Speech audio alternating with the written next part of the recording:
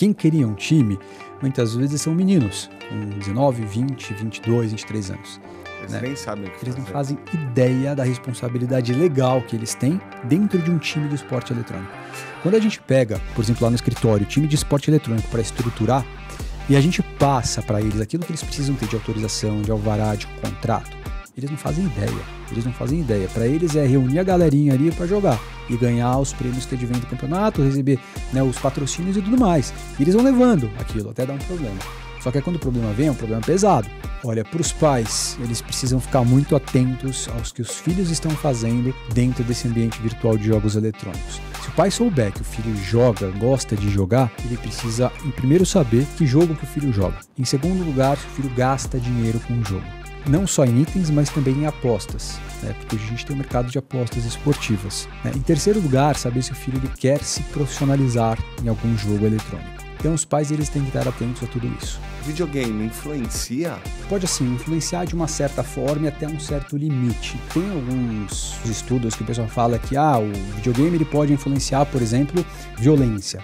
E na verdade assim, se você tiver discernimento para você distinguir o que é violência real do que é violência gráfica ali dentro de um jogo, isso não tem problema. Agora, tem pessoas que têm propensão a serem violentas. E o jogo pode ou não, de certa forma, aumentar isso. Uma das ações que eu mais trabalhei na minha vida, assim, ações de consumo relacionadas a roubo de itens, que a gente chama, né? Não é propriamente um roubo, mas é um furto de itens ali dentro. Inclusive, olha que louco isso, Zé. Teve gente que já, assim foi no escritório, a pessoa falou assim, olha, eu vou me separar, é um casal, vou me separar. O cara falou assim, olha, não tenho bens, né, a gente tem um carro só que a gente vai dividir. E a mulher falou assim, não, peraí, você tem aqueles itens lá que você comprou no jogo, no Counter-Strike. O cara gastou, sei lá, 40, 50 mil reais no jogo. Então ela sabia que ele tinha um valor dentro da conta do jogo e aquilo teve que contemplar ali a divisão patrimonial, a divisão de bens dentro da separação que eles fizeram. Olha a dica maliciosa que ele tá fazendo aqui. Os caras vão tudo comprado, comprar um patrimônio tudo no jogo. Cara, não tenho nada.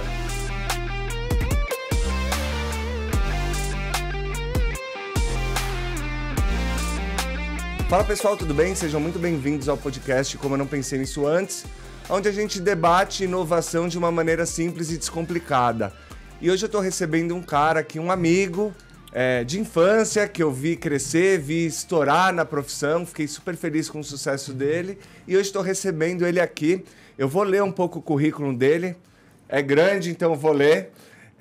Ele é um especialista, um advogado, especialista em esportes. Um dos maiores do país, talvez a maior referência do país hoje para um setor que está começando, tá? Ele é pós-graduado em Direito e Tecnologia da Informação pela USP. É pioneiro em esportes eletrônicos no Brasil, como eu já falei, e atuou nos principais casos do cenário envolvendo atletas, times, publishers, desenvolvedores, organizadores de torneios e outros. Eu também nem sabia que o mercado era assim tão grande, ele vai explicar isso para a gente no detalhe. Ele é diretor jurídico da ACI Games, Associação Comercial e Industrial de Games, da Associação Brasileira de Comércio Eletrônico, a ABCOM, e autor da obra independente, um e-book, Direito e Esportes, Uma Nova Era. Seja muito bem-vindo, Dr. Hélio Zwicker. Pronunciei corretamente? Correto, corretíssimo. Obrigado, Zé. Obrigado pelo convite, em primeiro lugar. É uma honra, uma satisfação vir aqui debater com você um pouquinho nesse podcast que eu vejo que é um grande sucesso e já tem uma longevidade aí muito boa, né? E daqui para frente tenho certeza que vai melhorar cada vez mais. E meu currículo você já leu? Dispenso aqui mais qualquer complemento. E eu queria agradecer aqui oportunamente o seu livro que você me deu aqui nos bastidores.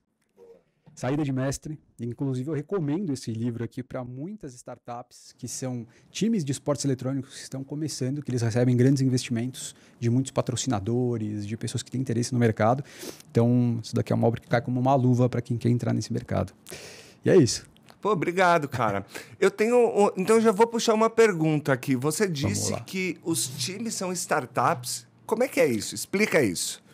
Direito de esporte eletrônico ele é um pouquinho diferente das outras modalidades esportivas. Então a gente tem futebol, vôlei, basquete, handebol e tantas outras modalidades. Normalmente você tem uma agremiação e essas agremiações estão nos clubes. né? Tem o clube, sei lá, o Paineiras, o Banespa, e tem vários clubes que têm ali suas agremiações. Os times de futebol, vôlei e basquete, então, começam normalmente lá. É onde as pessoas se encontram, se conhecem, formam times e começam a competir.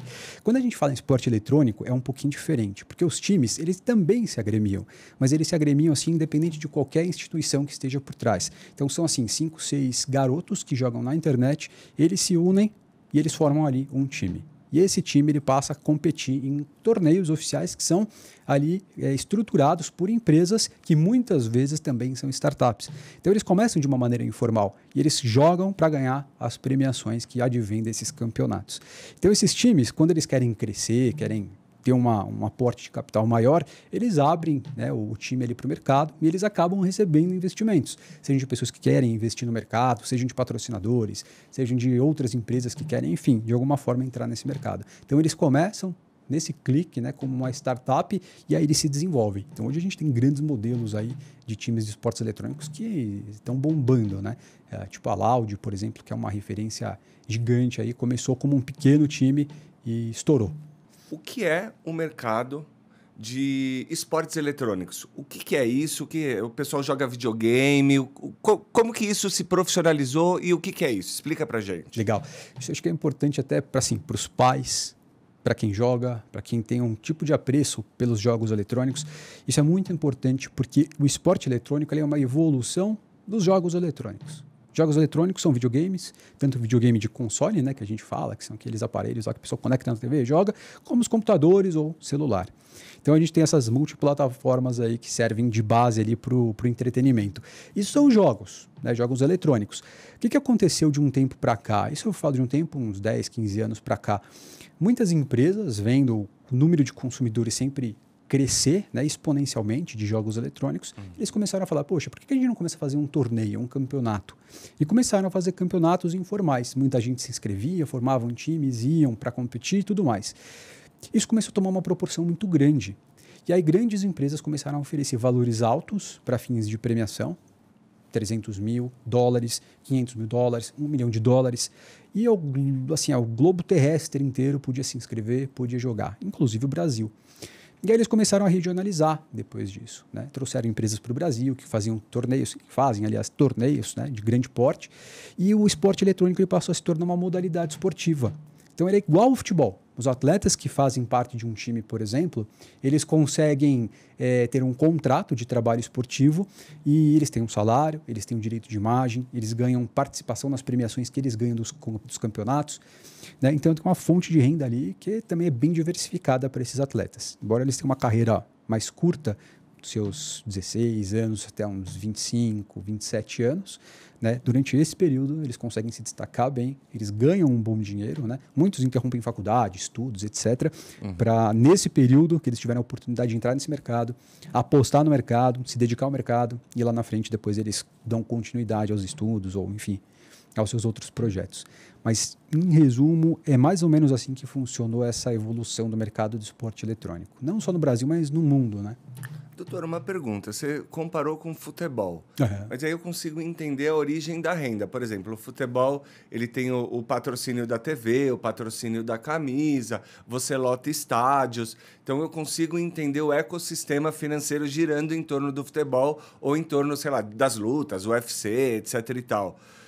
Isso acontece no mercado de esportes? São esses eventos, o público... Como é que é? Acontece da mesma forma, é quase o mesmo ecossistema, né, dentro das suas proporções, claro. Porque assim, o esporte eletrônico, por que ele tem um faturamento alto? E não sei se todo mundo aqui sabe, mas o mercado dos games, esportes eletrônicos, hoje eles faturam mais do que a indústria do entretenimento lá de Hollywood. Né, entretenimento musical e de filmes, né, de Hollywood. O faturamento ele é maior já há muitos anos. E por que isso se deve, né, a esse fato? Porque a gente tem uma audiência muito grande. O número de consumidores de jogos eletrônicos, ele vem passando o futebol.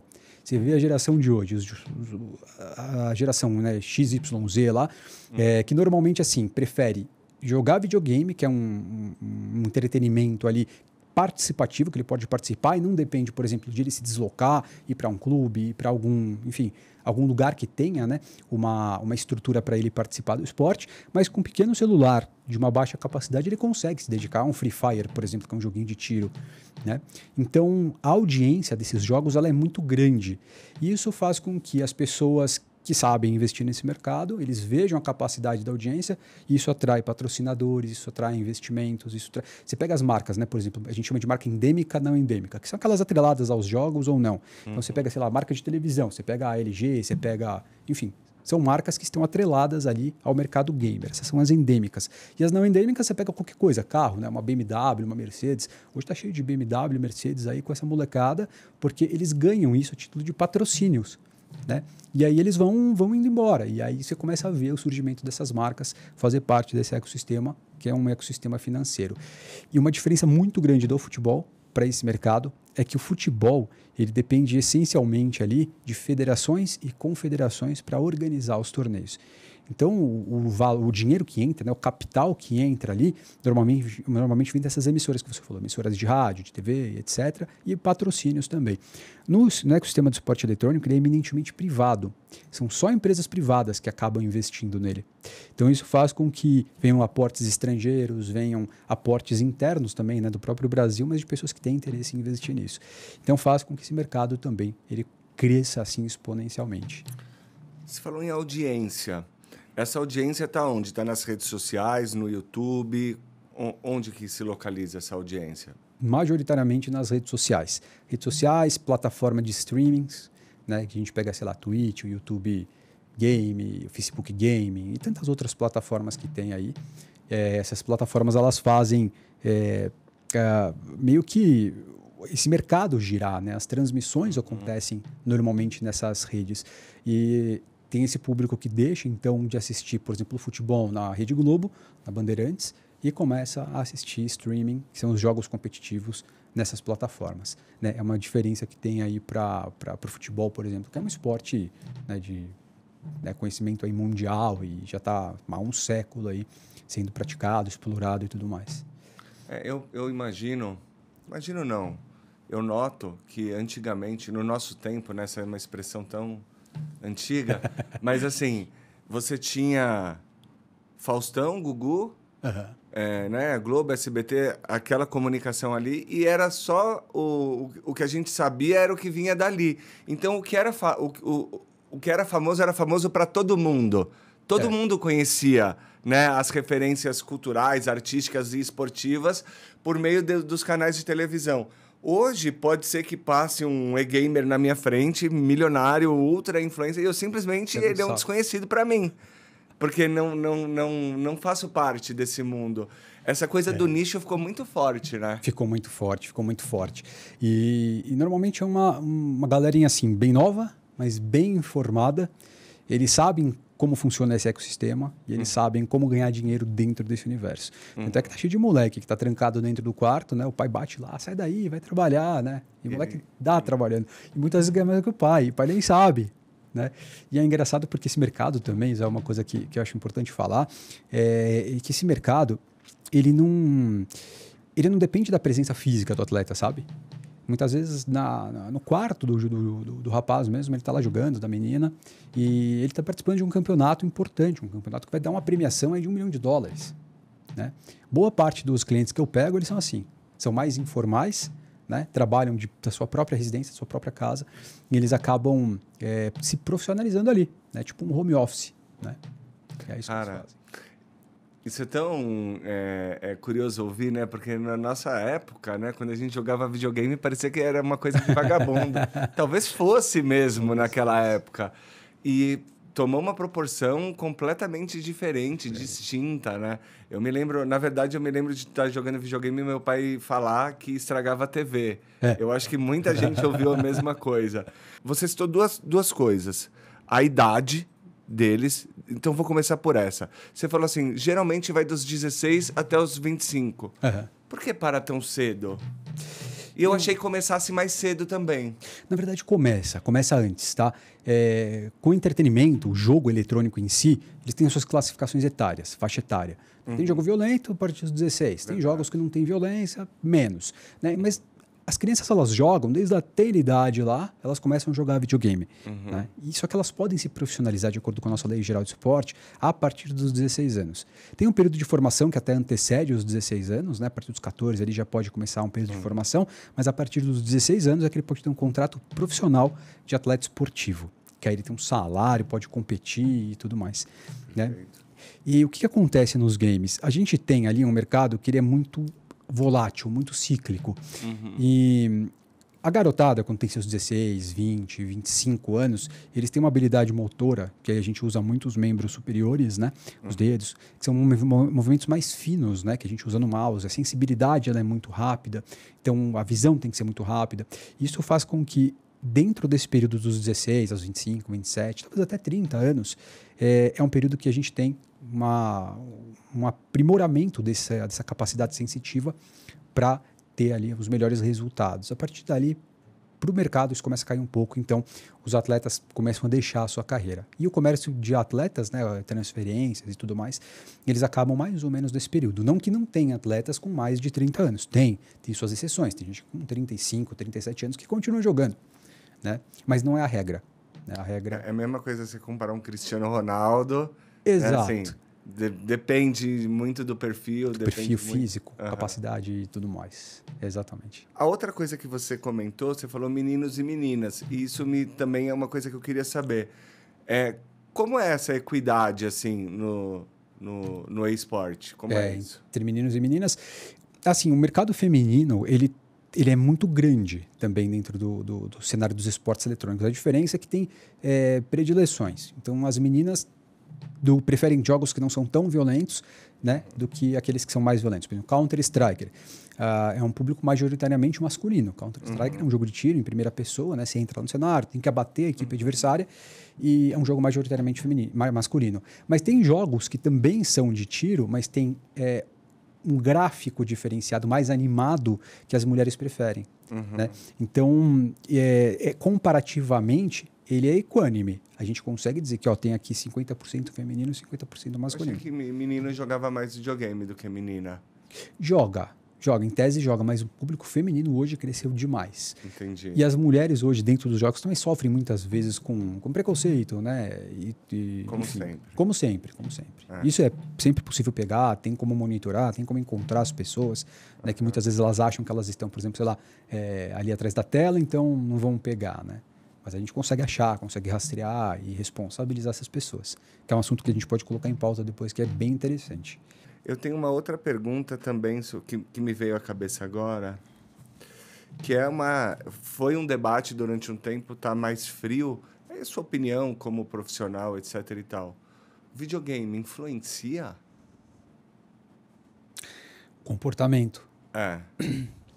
Olha, Zé, ele pode assim, influenciar de uma certa forma e até um certo limite, né? Mas tem alguns estudos que o pessoal fala que o videogame ele pode influenciar, por exemplo, a violência. Né? Esses jogos de tiro, eles influenciam a violência, né? E, na verdade, assim, se você tiver discernimento para você distinguir o que é violência real do que é violência gráfica ali dentro de um jogo, isso não tem problema. Agora, tem pessoas que têm propensão a serem violentas. E o jogo pode ou não, de certa forma, aumentar isso. Né? Mas não é uma regra. Você não vê o tempo inteiro as pessoas falando, olha, o fulano de tal que matou, né, fulano de tal, ele jogava tal jogo e por causa disso ele foi, sei lá. Não, você não vê. Você vê que normalmente isso decorrente de problemas sociais, de problemas de outras naturezas, mas não decorrentes ali do videogame. Embora muitas vezes as pessoas tentem canalizar todos os problemas sociais e, né, direcionar ali para os games para tentar responsabilizar esse mercado, né, que não tem tanto mistério assim. Eu acho que são coisas... Eu tenho uma opinião sobre isso, mas assim, meramente um achismo. Mas é importante ouvir. É sempre importante. Por exemplo, eu já ouvi os caras falando assim, não, mas eu jogava Mario e nem por isso eu virei encanador. Só que é o seguinte, outro dia eu estava com a minha esposa no shopping Santa Cruz. E aí, eu não sou muito de videogame, assim. Eu jogava videogame Mega Drive, Super Nintendo. Eu comprei até um Xbox One, mas é tão complexo hoje os jogos que eu tô fazendo uma coisa para relaxar e não para ficar mais nervoso. Então eu tenho um Game Stick, por exemplo. Eu jogo os jogos de antigamente. Bom, tem uma sala lá de videogame lá, e aí eu entrei para ver a galera jogando. E tinha um jogo, eu não sei o nome do jogo e também não sei o nome do videogame. Mas o cara tava matando um cara a machadada e era tipo aquele Wii, algo assim, sabe? Sim. Ele executava mesmo, assim, E então ele não tava apertando X. Uhum. Ele tava executando o cara na machadada, ele tava fazendo o movimento. Uhum. Aí, naquele momento eu falei assim, tá... E eu tenho filho pequeno, né? Você também. Então, você começa... Por exemplo, eu jogava o GTA no Xbox One. Cara, é pesado. Pesado. O GTA é pesado. Mas não sei se influencia também não, assim, sabe? A ponto de... Se tiver como distinguir, se tiver capacidade, discernimento para distinguir, é difícil. Por isso que tem a preocupação nos jogos de ter essa classificação etária. Né? Então... jogos como esses, que são mais violentos, a classificação etária ela é maior, né? De 16 para 18. Né? Uma criança de 12 anos já não é recomendável, porque isso pode influenciar o comportamento. Ela não chegou ainda, né, no ápice do seu desenvolvimento. Então, isso pode influenciar, mas não que vai ser definitivo, por exemplo, para fazer com que a pessoa, né, saia do videogame e vai lá e mate o irmãozinho. Não. A criança, o adolescente, né, ou depende da faixa etária, ela consegue distinguir isso. Mas isso que você falou pode ser um agravante? Eventualmente pode, porque a pessoa está acostumada a executar um movimento, né? E os jogos eletrônicos, os esportes eletrônicos, cada vez mais eles vão se tornando tão reais quanto a própria realidade. Né? Você pega, por exemplo, esses videogames que hoje você consegue colocar o celular e replicar o movimento. O Wii, por exemplo. Né? Você replica o movimento. Isso pode te colocar mais próximo de uma realidade. Né? Isso pode começar a, de certa forma, ali, colocar em questionamento. Essa é uma conversa mais madura, assim, que eu gosto, assim. Que não é simplesmente... jogava Mario e não veria encanada. Não é isso. Realmente as coisas estão numa...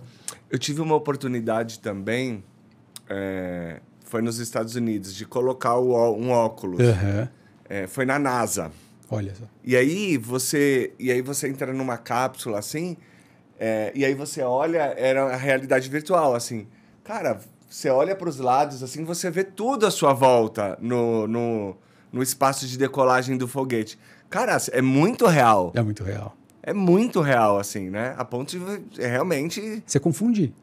Sabe assim? Você sabe que você tá lá dentro, né? Mas imagina... é só uma piração, assim, né? A gente vai voltar pra pauta, eu prometo. Mas a pessoa tem uma vida horrível na... Isso. Sabe assim? Ela tem uma vida horrível e lá dentro do videogame ela é um guerreiro, ela tem uma função social... que encaixa com o que você falou. Porque a pessoa que não tem uma função social ou até um papel dentro mesmo que seja da microsociedade, da família, etc e tal, cara, ela vai optar, mas isso não tem relação com o videogame, né? Quer dizer, tem uma relação, mas não diretamente, né? É gerado por outros elementos. Outros elementos. Inclusive, um dos fatores que tornam os jogos eletrônicos tão viciantes é isso que você pontuou agora. A pessoa ela tem uma realidade no dia a dia, ela acorda às 9 da manhã, às 8 da manhã, entra no trabalho às 9. Passa um dia muitas vezes muito estressante, né? Não conseguiu evoluir no trabalho, não conseguiu evoluir no seu ponto de vista salarial. Volta para casa, qual que é o refúgio que ela encontra? É o jogo eletrônico. Porque dentro do jogo eletrônico ela sabe que ela está num universo, ela sabe que ela tem um personagem que não é real, esse personagem ele pode ir lá, ele tem um desenvolvimento que é mensurável, ela consegue ver a evolução. Quanto mais ela joga, mais o personagem evolui, muito mais ela vai ganhando os itens do jogo, vai contemplando ali o seu inventário, e isso faz com que ela, enfim, tenha uma vida diferente dentro do universo. E os desenvolvedores, sabendo disso, é que eles desenvolvem sob essa perspectiva, né, para tornar o jogo viciante. Então, é muito interessante isso. Isso daí é um estudo psicossocial que eles fazem aí que é extremamente profundo. Essa é uma conversa muito profunda e muito séria. Fazer um podcast só para isso. Assim, né? Tipo Black Mirror. Tipo Black Mirror. Como que você entrou nesse mundo? Você se formou advogado, imagino que nem existia isso, né, na época. E aí, como é que você descobriu isso? Como que aconteceu? Olha, Zé, a gente no Brasil hoje tem aproximadamente umas 1.200 faculdades de curso de direito. Querendo ou não, o mercado ele está saturado. Tem muito advogado, se formam muitos advogados por ano. Eu estou formado há aproximadamente 16, 17 anos. Quando eu saí da faculdade, eu trabalhava num escritório de advocacia, né? Mas eu tinha o sonho de ter o meu escritório. Só que foi muito difícil no começo, muito difícil, porque você procura oportunidades, as pessoas fecham as portas para você, e aí você tenta de todos os modos ali se sobressair para conseguir manter aquele seu sonho, né? De ter um escritório de advocacia. E eu tentei sob vários nichos e sob várias perspectivas e foi muito difícil. Eu falava assim, sou especialista na área do direito, sei lá, penal. Né? É muito difícil você trabalhar, porque tem muito penalista altamente renomado, com título de doutorado no mercado e que é muito difícil. Para você sobra só o resto, ele é a sobra do mercado. Né? E todas as outras áreas eram assim também. E quando eu entrei, eu falei assim, poxa, eu preciso pegar um nicho de mercado. Isso foi uma dica até que um professor me deu, um curso de vendas que eu tinha feito, né? Ele falou assim, olha, você precisa pegar nicho de mercado, né? Não vai para a área do direito civil, penal, trabalhista, tributário, não vai para essas áreas. Vai para nicho de mercado. E dentro do nicho de mercado você faz as áreas do direito. E eu fiz isso. E eu comecei a entender que o mercado dos games ali seria um mercado que no futuro ele cresceria muito. E aí eu comecei a me dedicar a prospectar clientes nesse mercado, né? E aí eu comecei a conseguir lá algumas ações, né? Comecei a pegar ações trabalhistas, consegui pegar uma empresa que era uma publisher de jogos eletrônicos que veio para o Brasil, e assim eu fui formando a minha carteira. E aí começaram a aparecer diversos outros atletas que procuravam times, né? E aí eles começam a ver a sua especialidade no mercado, que você faz aquilo, que você fala a língua deles, né? Que uma diferença de nicho de mercado é justamente isso.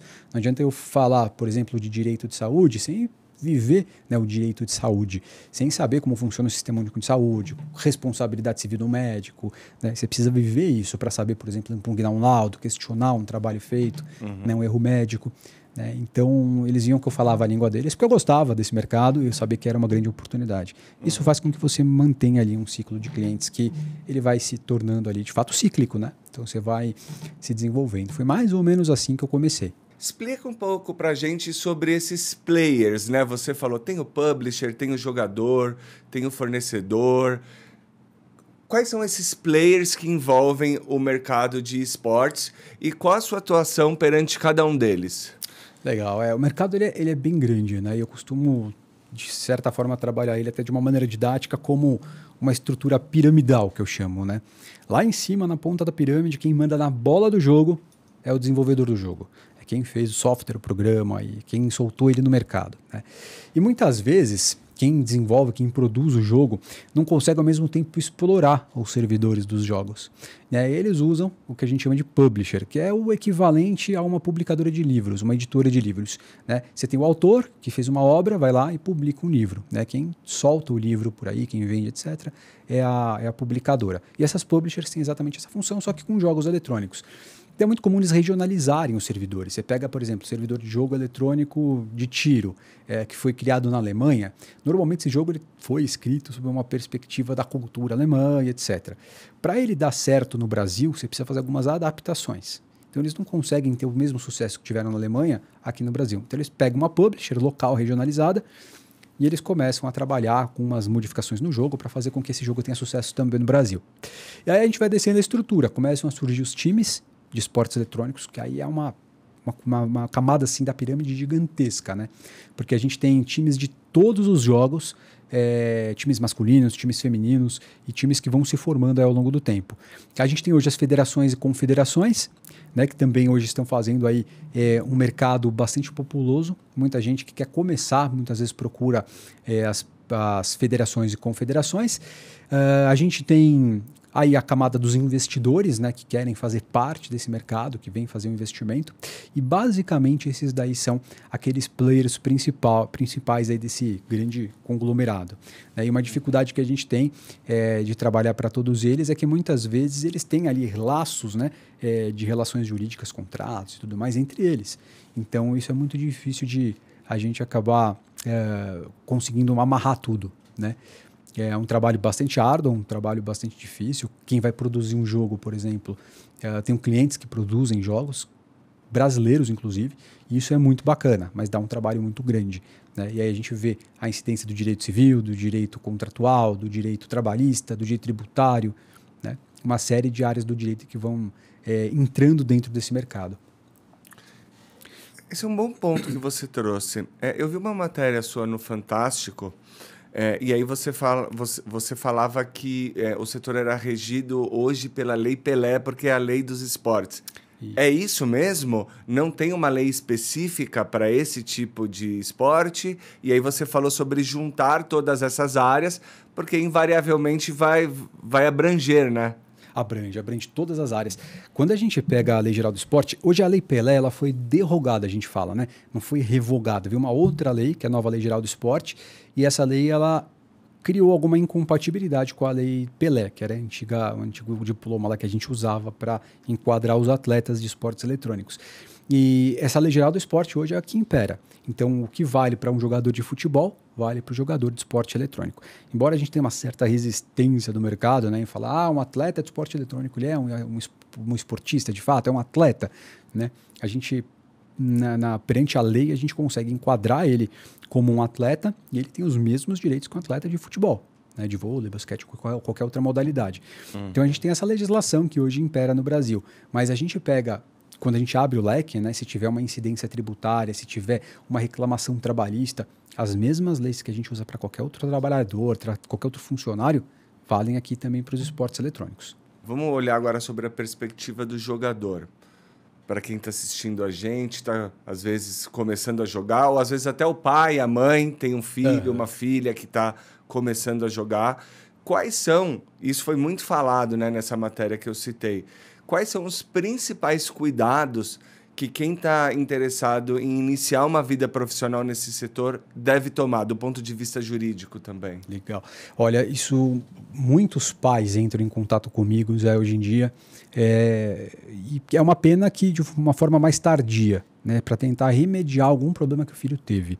Eu já peguei situações, tem uma recente agora, de um grande time, um jogador que tem 17 anos, ele ficou, enfim, confinado lá na Gaming House, que é um centro de treinamento que eles utilizam, né, para deixar os jogadores lá treinando e vivendo lá dentro. E ele teve um problema psíquico lá, ele travou e teve que ser hospitalizado, ficou internado, enfim, e hoje está afastado.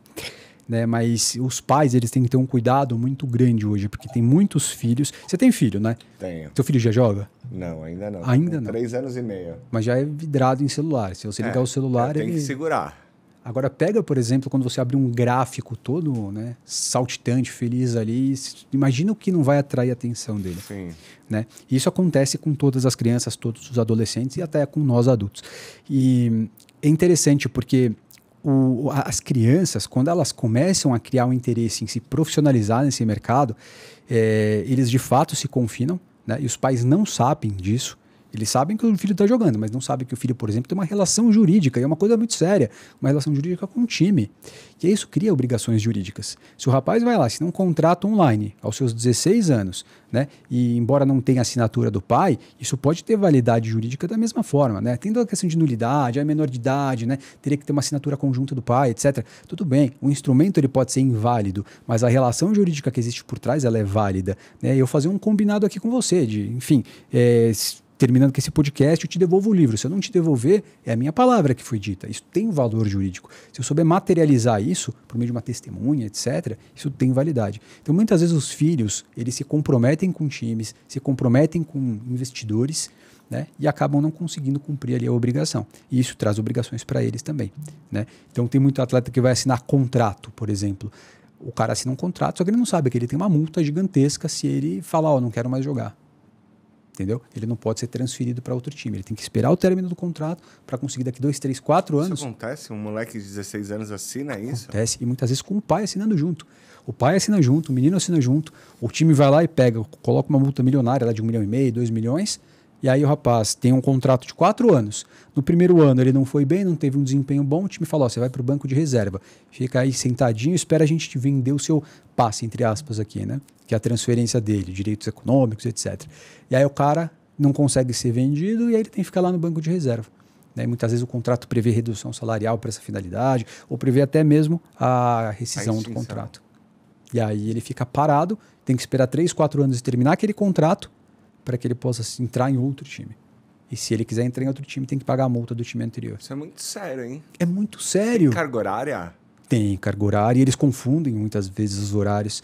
Cara, eu vejo assim, menino que começa a jogar às 10 da manhã, termina às 6 da tarde, 7 da noite, Aí ele para, vai jantar e volta a jogar. Né? E ele continua, ele confunde a realidade com, né, o que é trabalho e o que é lazer. Isso é um problema. Né? Imagina, a criança ela fica viciada, o adolescente ele fica viciado, e o adulto também. Só que o problema é que você não tem hora extra ali, você não ganha pela jornada extraordinária que você faz. E aí isso acaba se tornando um problema. Tem algum caso, assim, que deu muito errado, assim, que chegou até... Além desse, se você quiser... Não sei até que ponto você pode chegar. Tenho muitos. Se quiser, posso contar várias histórias aqui. Conta, pode. O podcast é seu, cara. Podcast é, então, beleza. Eu vou contar um caso de um rapaz que ficou muito famoso, que era o Brute. Esse caso me marcou muito também, porque foi bastante trágico, foi um caso muito controvertido. O Matheus, ele chamava Matheus Queiroz, o apelido dele, a alcunha dele era Brute, né? Ele jogava Counter-Strike. Ele começou a carreira dele, ele era uma promessa muito grande lá para os times e tudo mais. Ele começou num time, ele ficou aproximadamente uns 6 meses. Ele veio do Rio de Janeiro para São Paulo para morar na Gaming House. Gaming House é aquela estrutura, né, como eu disse, que as pessoas vão lá, os atletas moram lá e trabalham lá.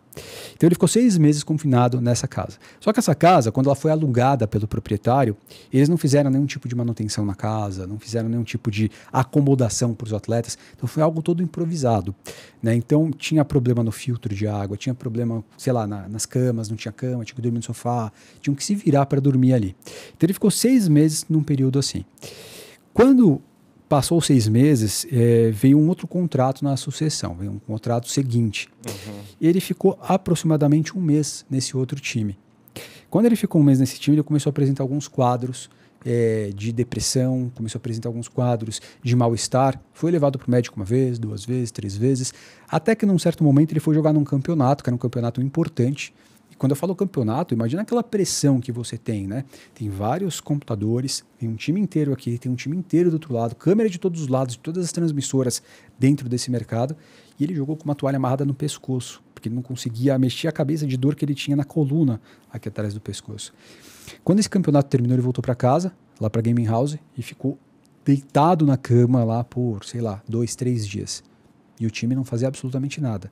A mãe teve que vir do Rio de Janeiro para cá, para São Paulo, para socorrer a menina, para acudir ele. Ele voltou para o Rio de Janeiro, ficou internado acho que umas 2 semanas e faleceu. Com 19 anos isso. 19 anos. Falei 17, mas era 19. 19 anos. Faleceu com 19 anos. Aí a pergunta que se coloca é, tem responsabilidade desses 2 times no falecimento dele ou não tem? Essa é uma questão que foi levada para a justiça. Né? Então, foram 2 processos separados, trabalhistas, né, que a gente entrou. Os 2 teve condenação do time. Né? A justiça reconheceu que teve ali uma negligência muito grande por parte dos 2 times. Um que não fornecia uma estrutura adequada, né? E a água era de procedência duvidosa, o filtro não tinha sido feita a manutenção, etc. E o outro time pela negligência que fez. Né? Largou o menino lá, não deu atenção, simplesmente substituíram. Você não pode jogar, beleza, fica deitado, aí que vem outro. Né? Foi simplesmente assim. E o rapaz faleceu. E aí, quando esse caso saiu publicamente, repercutiu na imprensa, a gente, assim, eu recebi mensagens de pessoas do Brasil inteiro dizendo, olha, meu filho joga, eu tô com medo que ele que esteja numa estrutura parecida, e eu quero entender como isso funciona, porque ele saiu daqui da minha cidade, foi para São Paulo, foi para o Rio de Janeiro, foi para Minas Gerais. Né? Isso é muito difícil. A gente tem que ter um cuidado muito grande nisso, né? E esse é um caso que me marcou muito, porque além de ter sido na imprensa e ter sido um caso bastante controvertido, a pressão que a gente recebeu, inclusive na área jurídica, né, foi muito grande. Porque as pessoas falavam, não tem responsabilidade do time. Né? Outras pessoas falavam, não, lógico que tem. Né? Tinha que manter, não tinha. Depende, se eu estou com um funcionário meu na minha empresa e ele passa mal na minha empresa, eu tenho que prestar todo o atendimento. Exato. Ele... Assim, não significa que a causa ali da patologia ou que tenha uma relação direta com o business, Exato. Vamos dizer assim. Talvez sim, talvez não. Mas eu tenho que prestar assessoria, enfim, eu preciso ajudar, eu preciso estar sob a minha responsabilidade. Quer dizer, eu não sou um especialista, mas me parece que é isso, né? Dentro do bom senso, do razoável, é exatamente isso. Qual que é o problema? Esse mercado, Zé, ele é um mercado muitas vezes informal. Quem cria um time, muitas vezes são meninos, com 19, 20, 22, 23 anos. Eles né? nem sabem o que Eles fazer. não fazem ideia da responsabilidade legal que eles têm dentro de um time de esporte eletrônico.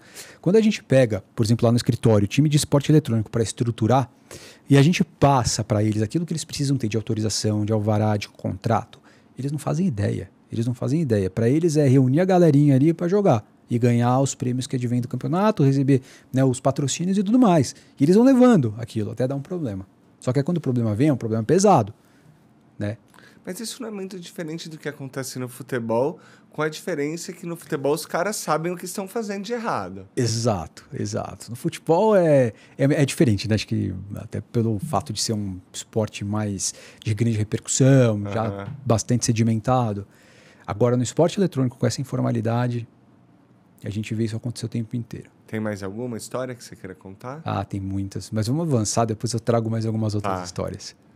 Né, você quer citar alguma pegadinha de contrato que você acha... Legal.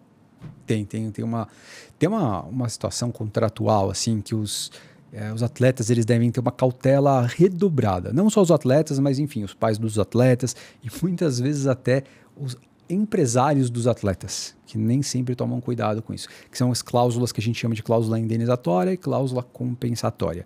O que são essas cláusulas? Basicamente é o seguinte, o time ele investe no jogador, e muitas vezes investe um dinheiro alto, né, para a imagem do jogador crescer. O jogador ele é um ativo dentro da empresa, passa a ser um ativo. Então quando ele tem uma imagem muito boa, tipo Neymar, para onde ele vai, ele arrasta patrocínio para todo lugar. E os atletas de esportes eletrônicos não é muito diferente, dentro das proporções, né? Porque o garoto começa a ter, por exemplo, uma repercussão grande, começa a ganhar seguidores nas redes sociais, começa a ter patrocinadores pessoais que querem buscar a imagem dele, né? Isso faz o valor dele elevar. E quando o time quer vender os direitos econômicos desse atleta, eles têm uma cláusula lá no contrato, que é a cláusula indenizatória, que fala, para esse jogador ser vendido, né, os direitos econômicos serem cedidos, a gente tem aqui o valor de, sei lá, 2 milhões de dólares. Então, é um valor que tem ali. Qual que é o problema nisso? E aí é uma pegadinha que os pais têm que tomar cuidado, e volto a dizer, os atletas têm que tomar um cuidado redobrado. A cláusula compensatória, que é uma cláusula inversa, né, que é assim, o contrato tem validade de 5 anos.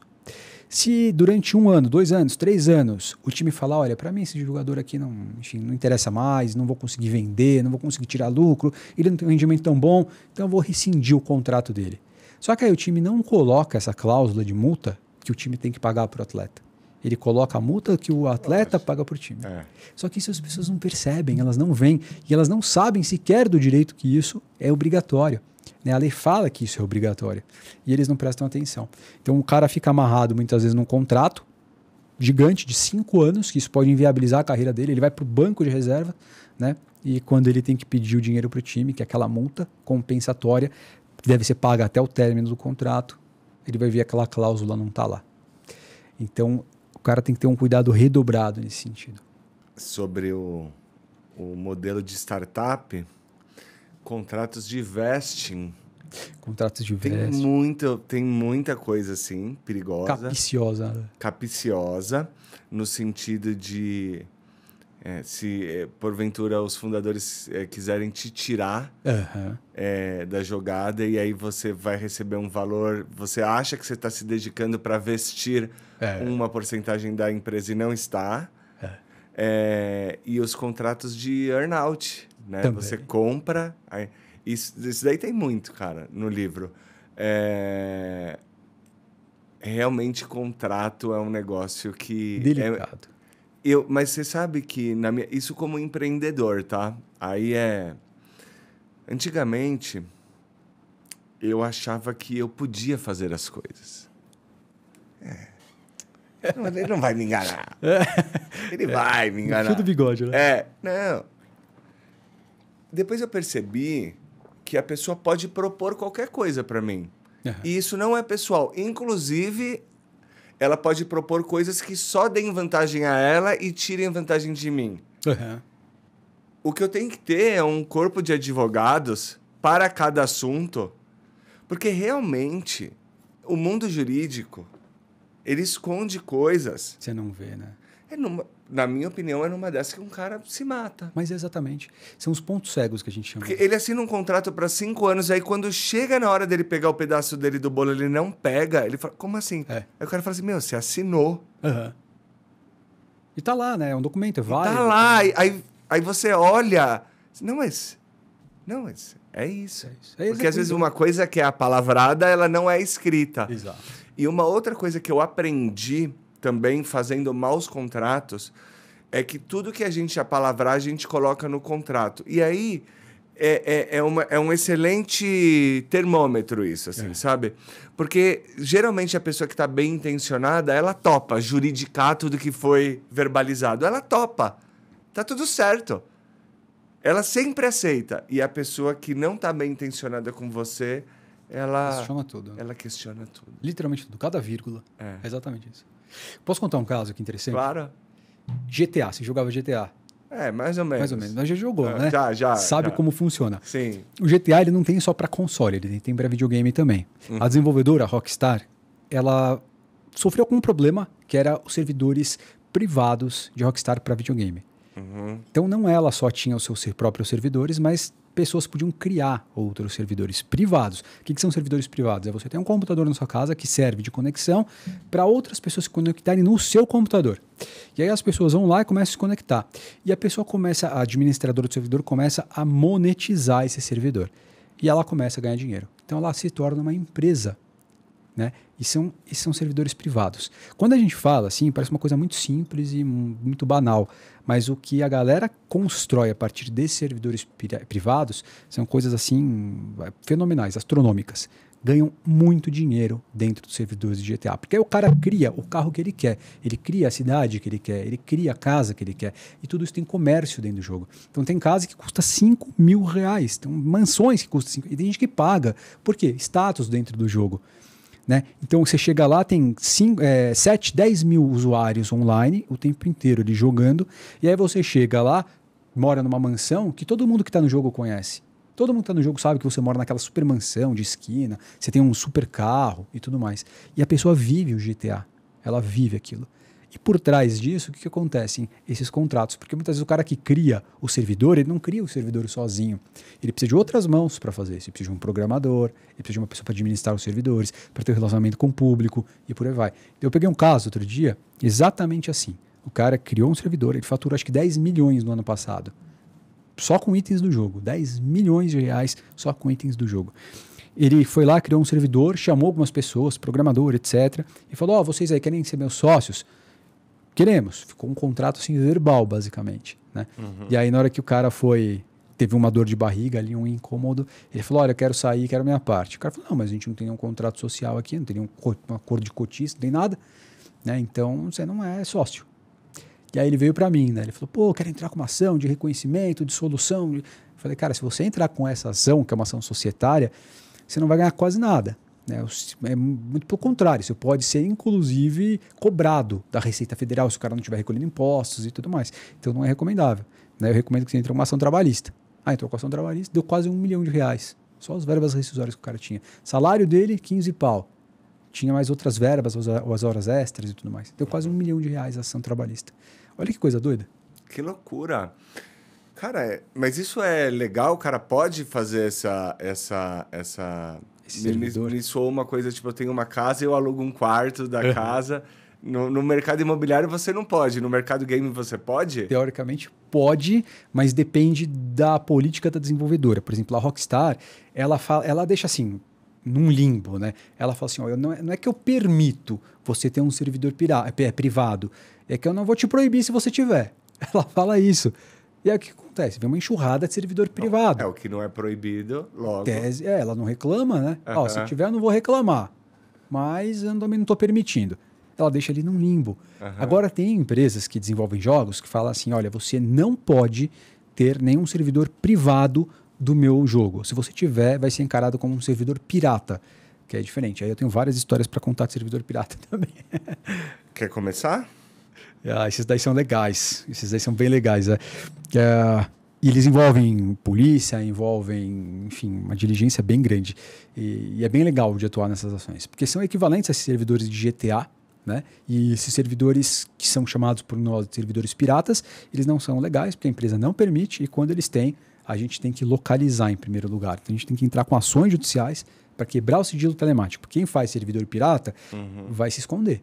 Então o cara não tem, né, uma página .com.br, o cara vai hospedar em alguma plataforma externa, exterior.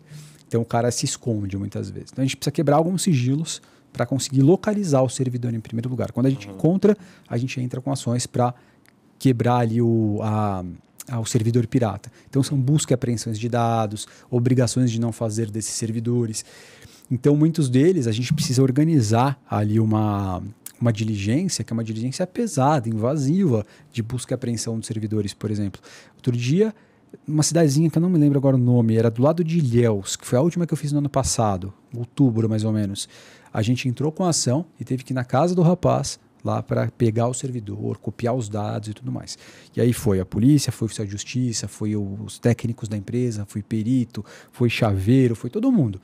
Aí a gente chega lá na casa do cara, bateram lá na casa do cara, né? A polícia bateu, ninguém atendeu. E aí a gente falou, pô, não deve ter ninguém, né? Vamos chamar o chaveiro abre para não precisar arrombar, né, a casa do cara. E aí a gente entrou na casa do cara. E aí os policiais entraram, né? Foram fazer aquela varredura e tal. Aí chegaram lá no quarto do fundo, o cara tava dormindo, né? Os policiais esmurrando o portão, o cara dormindo. Mas o mais impressionante é assim, que o cara levou aquela diligência com tanta naturalidade, cara, que foi impressionante. Sabe? Parece que ele estava acostumado com aquilo. Aí ele levantou, não sei o que lá, o que é?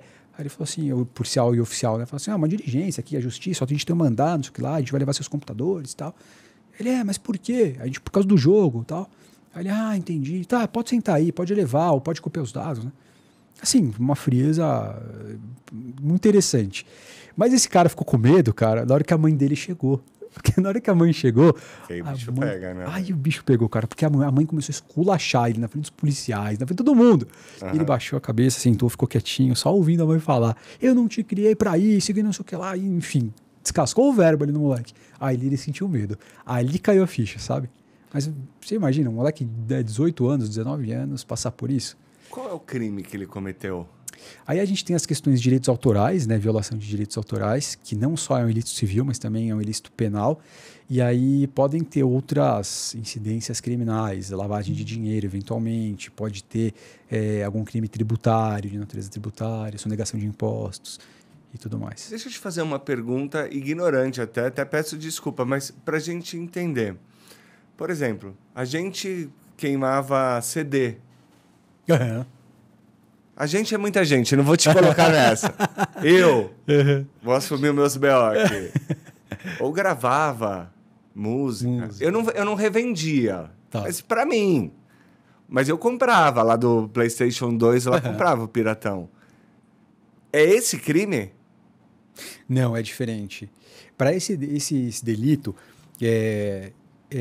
você comprar, né, e incentivar o mercado, isso pode ter essa incidência criminal. Mas o que os meninos fazem é um pouco diferente, porque a violação que eles fazem não é só sobre o software, mas também sobre os itens dos jogos. Porque aonde que eles ganham dinheiro aí? Criando itens dentro do jogo do servidor deles e vendendo. Então, por exemplo... A tal da casa que você falou. A tal da casa. E esse é um servidor da casa, foi um servidor até permitido. Mas quando a gente vem para um servidor que não é permitido, que é pirata, o que o pessoal faz? Eles pegam e replicam a página do jogo, os elementos visuais do jogo e criam itens dentro do jogo. Então, por exemplo, quando você joga um jogo de tiro, Counter-Strike, que é o mais fácil para a gente memorizar. Sei lá, a gente está aqui dentro desse ambiente. No Counter-Strike, você entra lá com uma arminha, eu vejo você, eu vou lá e atiro em você. Enfim, o jogo é esse, é abater o adversário. Qual que é o problema dos servidores piratas? O cara cria uma funcionalidade na arma que, assim, se eu atirar para qualquer lado, eu acerto sua cabeça. Então ele não tem dificuldade no jogo, ele tem facilidade, entendeu? Então se eu atirar para cá, a bala vira e vai para sua cabeça e te dá um headshot, por exemplo. Entendeu? E aí ele paga mensalmente por esse aplicativo. R$50, R$70, R$100. Ele está fraudando o jogo e essa fraude vai para os campeonatos. Muitas vezes atinge os campeonatos. Mas mais do que o campeonato, o que é interessante disso? Na medida em que você tem essas facilidades só com o servidor pirata, né, e com esses hacks que eles desenvolvem, o pessoal do jogo original deixa de consumir o jogo original e começa a passar a consumir o servidor pirata. E aí é lógico que os caras vão perceber o que está acontecendo e vão atrás. E aí quando é que a empresa começa a se incomodar? Quando ela começa a perder dinheiro. É lógico. E consumidor. Aí é que ela vem atrás do advogado. Porque aí não adianta você levar e tentar bloquear o cara por meios tecnológicos, né? Aí tem a contra-inteligência que eles fazem e tudo mais. Mas eles precisam de uma medida mais drástica, mais dura. E eles entram com as ações judiciais para essa finalidade. Essa mãe, ela entende a gravidade disso? Ela não faz ideia. Essa que eu citei. Porque agora que você me explicou, eu entendi. Mas você estava falando de polícia de chaveiro. Eu falei, mas gente, ele acabou de falar que podia o servidor. Por que um pode e o outro é pior? Agora eu entendi. A lógica, né? Que doideira isso, eu não sabia disso. Todas as diligências que eu fiz, todas, na minha vida, assim, trabalhando como advogado nesse mercado, que foram várias, foram muitas, em vários lugares do Brasil. Basicamente, eram jovens, meninos aí a partir dos seus 17 anos, e normalmente os pais não sabiam o que os filhos faziam. Não sabiam. 90% não sabia. Né?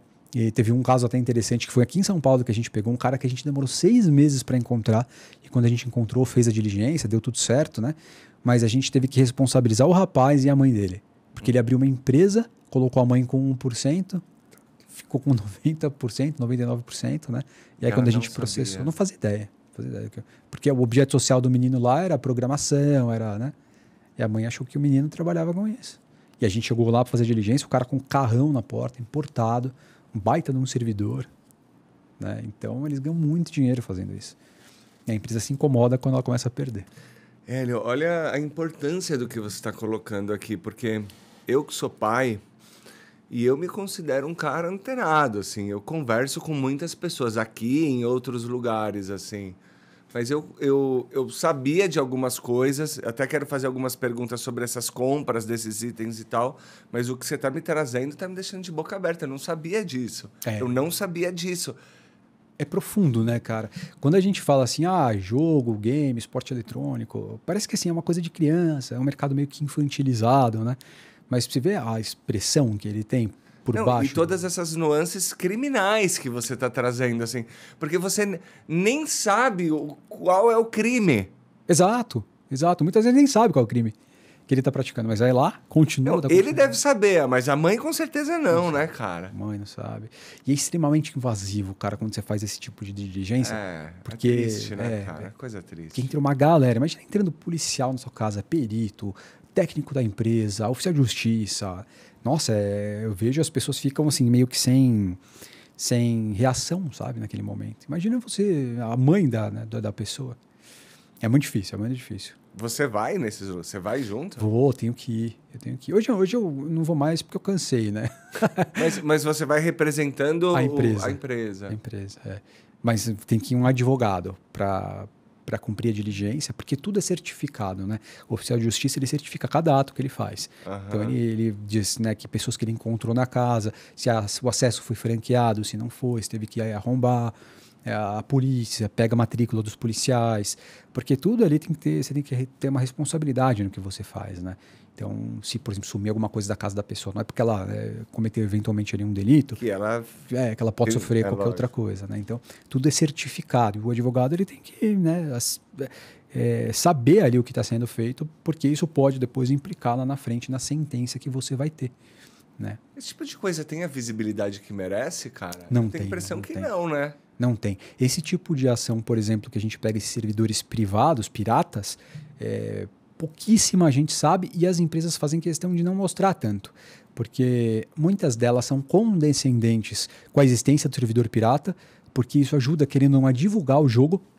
Mas quando dá um BO desse... Quando dá um BO desse, ela tenta não divulgar, né? Mas tem outras que mostram, pelas nossas políticas aqui, para evitar hack dentro do jogo e tal, estamos tomando devidas ações e tal. Eu acho importante, assim, para um público como eu, pai, mães, né? Que precisam se ligar, né? A gente vem aprendendo... Meu filho tem 3 anos e meio. Eu aprendi uma coisa, né? Que eu achei que eu ia ter um filho e ia continuar, né? E, na verdade, assim, nasce um pai, nasce uma mãe, nasce uma família. Tudo novo. E aí ele traz o universo dele, né? Com coisas do YouTube, por exemplo, que eu não conhecia, programas que eu não conhecia... e eu acabo assistindo coisas que eu assistia na minha época e aí o meu ouvido já... Opa! Cara, eu via isso. E você tá trazendo um universo extremamente... Que o meu filho vai viver. Ele não vive agora, mas vai viver. Vai viver, inevitável, né? Vai viver, não tem... Outras crianças vão viver, né? Estão vivendo, e que os pais não fazem a menor ideia. Não fazem ideia, e isso é muito perigoso. São pais instruídos ou varia muito? Normalmente são pais instruídos. E uma questão interessante é o seguinte, porque os pais, quando você tem o Estatuto da Criança e do Adolescente, os pais são os tutores, né, da criança, do adolescente e tudo mais. Se for uma pessoa menor de idade fazendo isso, o pai pode responder junto. Né? E não só responder junto, como pode, por exemplo, até, dependendo da gravidade da situação, perder a guarda da criança, do adolescente. Porque o Estatuto da Criança e do Adolescente impõe essa responsabilidade aos pais, né? O dever de fiscalizar, o dever de verificar os atos que eles estão praticando ali. Mas é interessante, porque normalmente os pais não sabem, não fazem ideia do que está acontecendo. E aí isso pode trazer a responsabilidade deles. Você é muito procurado por pais? Eu sou, mas alguns são preocupados, né, previamente. Quando o filho vai começar uma carreira, por exemplo, eles me pedem para explicar, para atuar, para, enfim, trabalhar ali numa fase inicial, né, para fazer os contratos, revisar o contrato, saber se está tudo direitinho ou não. E muitos procuram de forma tardia, né, depois que aconteceu alguma coisa, teve algum problema, aí os pais vêm atrás para postular algum direito, uma indenização, né, um rompimento contratual, ou alguma coisa do gênero, mas muitos pais me procuram. E é engraçado porque os filhos, muitas vezes assim, tem receio de falar com o advogado, né? Não querem falar com o advogado. Quem acaba falando são os pais. Agora mesmo a gente teve algumas ações trabalhistas que vieram pra gente lá por parte de um dos pais de um dos jogadores. Então eram 5 jogadores, o time foi extinto, tiveram problema com a cláusula compensatória lá, que era a multa que eles tinham para receber, que não receberam. E aí foi um dos pais dos jogadores que falaram, olha, vamos lá falar com esse advogado, vão entrar com processo. Aí vieram todos, a gente teve que entrar com 5 ações trabalhistas. Né? As ações do Cruzeiro, a gente teve que... Foram 37 ações contra o Cruzeiro de Minas Gerais, Esporte Clube, que investiu no cenário dos esportes eletrônicos e, basicamente, a maioria dos atletas eram ali entre seus 17 e 20 anos. Tinham muitos jogadores menores também que os pais não faziam ideia. E aí, nessa leva, muita gente veio conversar comigo também. Veio me procurar. Você quer falar um pouco desse caso do Cruzeiro? Do Cruzeiro. O Cruzeiro é interessante, é um caso que também tomou a imprensa aí, porque o Ronaldo... fenômeno, o Ronaldo Nazário, né? Foi bem a época que ele investiu no Cruzeiro lá, que ele comprou uma parte lá do capital e tudo mais. Você já vendeu, né? Já vendeu. Foi a parte, foi bem no começo mesmo, né? Que assim, o Cruzeiro ele foi investir nos esportes eletrônicos. Aí eles criaram um time lá que era um time de Wide Rift, que acho que foi na época ali o que mais bombou.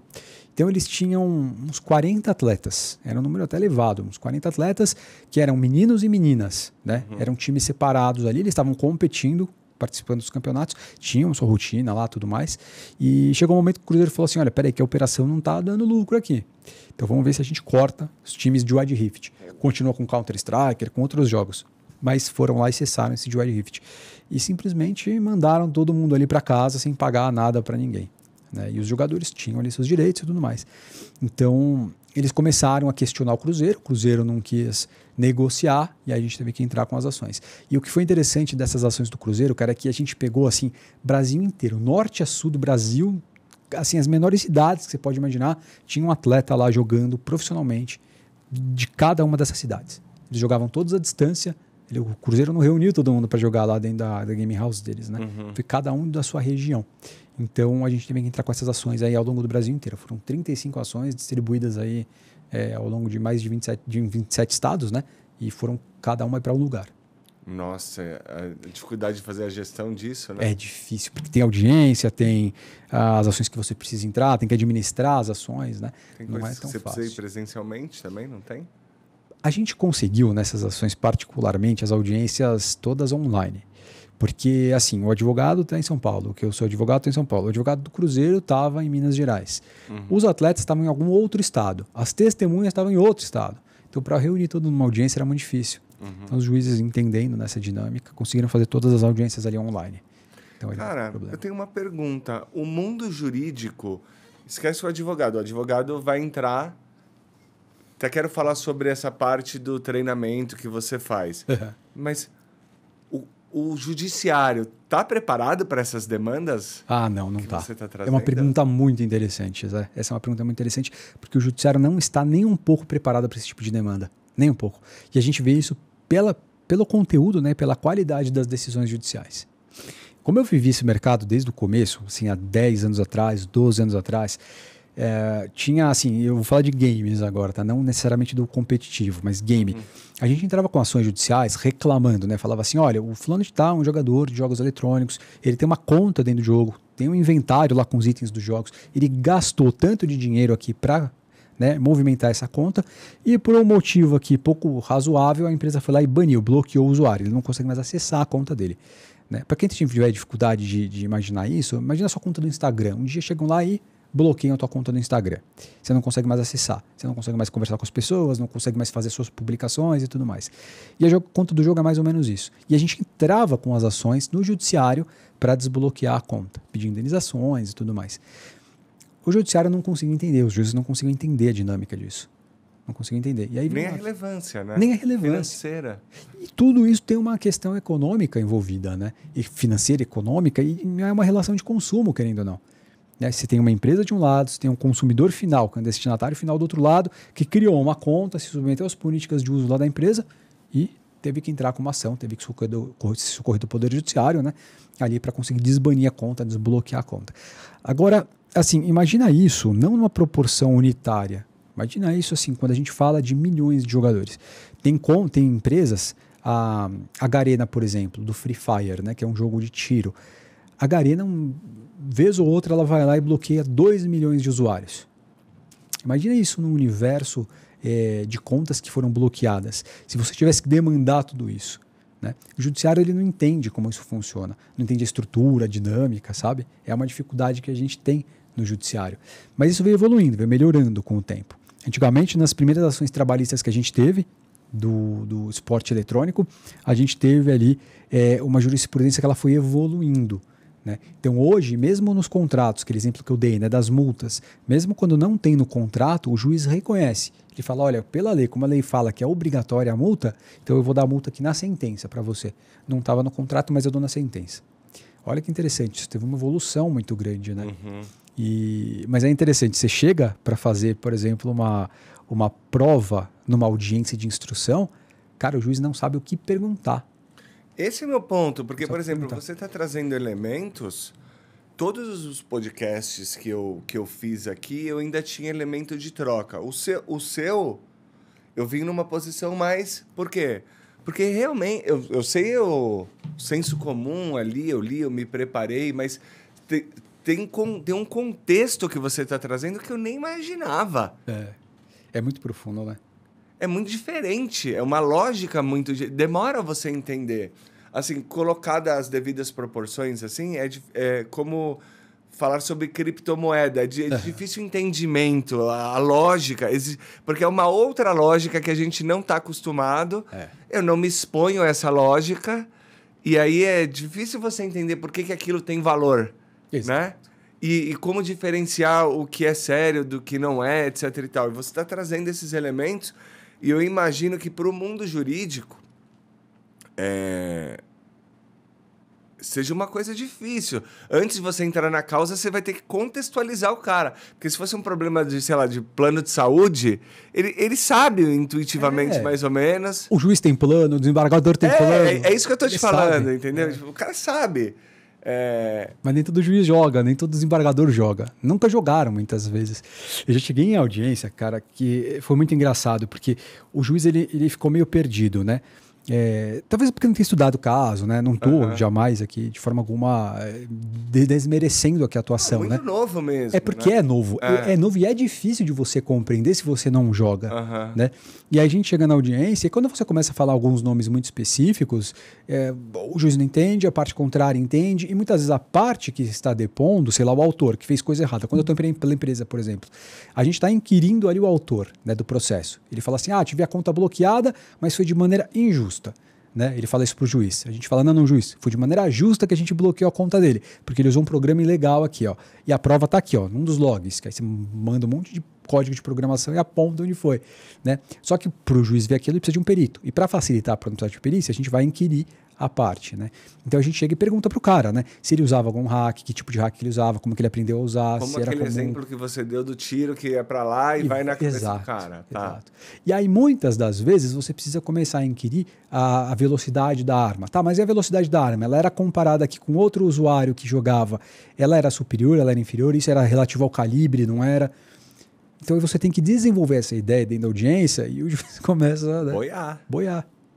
Né? Então, o judiciário, no sentido geral, ele precisa melhorar a qualidade desse nicho, porque a tendência é demandar cada vez mais o judiciário por conta disso. Né? Hoje já tem muita ação. Eu acho que isso, ampliando um pouco mais esse debate, vale todo para essa nova economia. Vale.